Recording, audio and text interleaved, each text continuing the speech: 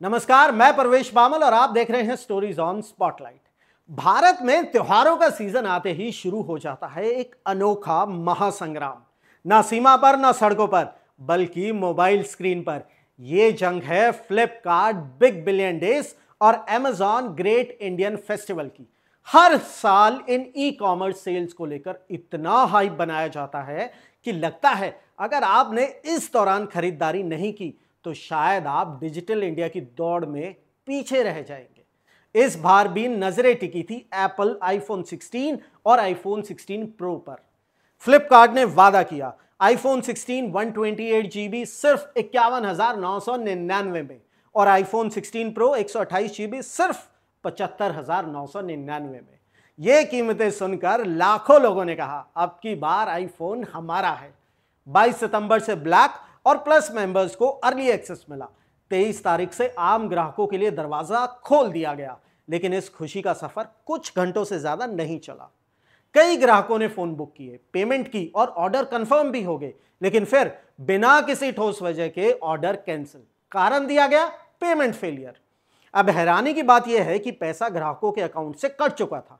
SMS और bank transaction भी साफ दिखा रहे थे कि पेमेंट हुआ है, लेकिन स्क्रीन पर लिखा आ रहा था पेमेंट फेल्ड। लाखों गुस्साए ग्राहकों ने सोशल मीडिया पर स्क्रीनशॉट्स डाले और देखते ही देखते बिग बिलियन स्कैम ट्रेंड करने लगा। आज अगर आप एक्स पर बिग बिलियन स्कैम या फ्लिपकार्ट सर्च करें तो हजारों पोस्ट मिलेंगी। लोग स्क्रीनशॉट्स डाल रहे हैं कैंसिल्ड ऑर्डर्स, बदलती कीमतें और अजीब ऑफर्स की। एक यूजर ने ट्वीट में सवाल भी उठाए कि इन सब के लिए जिम्मेदार कौन है, सेलर या फ्लिपकार्ट, जो इन डील्स को प्रमुखता से दिखाता है? और अगर गलती प्लेटफॉर्म की है तो ग्राहक क्यों कीमत और वक्त का नुकसान उठाए? और इन सब के पीछे की कॉम्पनसेशन कहां है? और कितनी बार प्राइसिंग एरर का बहाना बनाकर ऑर्डर्स कैंसिल किए जाते हैं? ये सवाल सीधे तौर पर फ्लिपकार्ट की अकाउंटेबिलिटी पर चोट करते हैं।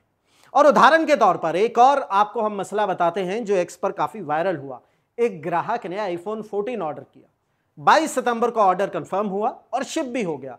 ट्रैकिंग अपडेट में दिखाया गया कि शाम को फरूक नगर फैसिलिटी में लगभग 4:33 PM पर प्रोडक्ट था और शाम 6 बजे वही प्रोडक्ट पुणे फैसिलिटी पहुंच भी गया। ऑर्डर ने तो मानो पंख ही लगा लिए। 1.5 घंटे में फरूक नगर से पुणे पहुंच गया और ग्राहक भी इस तीव्र गति से अत्यंत प्रसन्न। हाथों में नए फोन की खलबलाहट महसूस करने लगा। लेकिन उसी समय जिस समय उसे पुणे फैसिलिटी में दिखाया गया, ठीक उसी समय पर ऑर्डर कैंसिल और कारण लिखा हुआ आया अनएक्सपेक्टेड इशू। तब सवाल यह उठता है कि जब प्रोडक्ट शिप होकर डिलीवरी स्टेशन तक पहुंच चुका था तो अचानक ऐसा कौन सा इशू आ गया जिसकी वजह से ऑर्डर कैंसिल करना पड़ा? सोशल मीडिया पर ऐसी हजारों शिकायतें हैं जिनमें ऑर्डर्स लास्ट मोमेंट पर कैंसिल कर दिए गए, कभी प्राइसिंग एरर और कभी अनएक्सपेक्टेड इशू बताकर। तो क्या यह सिर्फ तकनीकी गड़बड़ है या कोई व्यवस्थित पैटर्न?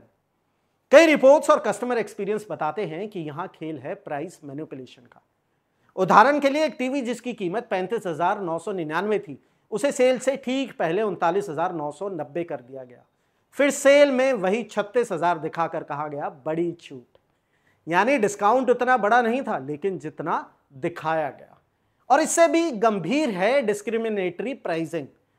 टेक्नोफिनो फोरम पर एक केस सामने आया। एक ही आईफोन 16 एक अकाउंट पर 66,999 का और दूसरे अकाउंट पर 51,999 का। जब ग्राहक ने कस्टमर केयर से पूछा तो जवाब मिला डिफरेंट अकाउंट्स डिफरेंट प्राइसेस।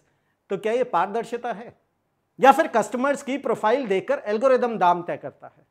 अब मेंबरशिप पर नजर डालिए।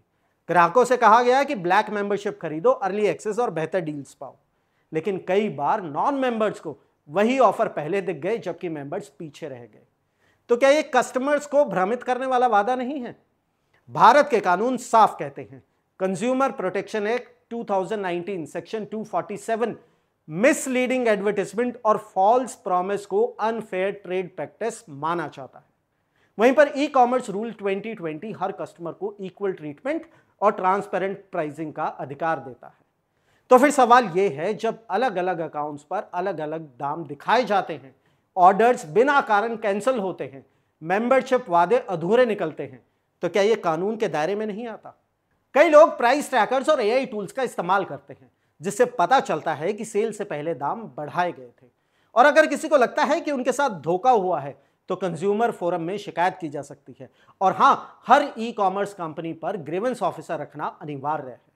ई कॉमर्स कंपनियां दावा करती हैं कि वो ग्राहकों को बेस्ट डील्स देती हैं, लेकिन जब हजारों लोग एक साथ कहते हैं कि उनके ऑर्डर कैंसिल हुए, दाम बदले, मेंबरशिप काम नहीं आई, तो ये सिर्फ कारोबार का मामला नहीं रह जाता, ये ट्रस्ट और ट्रांसपेरेंसी का सवाल बन जाता है। हम डिजिटल इंडिया की तरफ बढ़ रहे हैं, लेकिन डिजिटल इंडिया का मतलब सिर्फ ऐप डाउनलोड्स और ऑनलाइन शॉपिंग नहीं होना चाहिए, बल्कि फेयर प्रैक्टिसेस और कस्टमर रिस्पेक्ट भी होना चाहिए। आपका क्या मानना है इन सभी ऑनलाइन सेल्स के बारे में? कमेंट सेक्शन में जरूर बताइएगा। जय हिंद। चुनावी वादों का वड़ा पाव, अर्थव्यवस्था का भरता, गर्मा गर्म मुद्दों का चटपटा विश्लेषण, व्यंग का तड़का with a bit of serious discussion. हर हफ्ते special episodes, stories on spotlight with Parvesh Pamil, only on rapid leaks YouTube channel.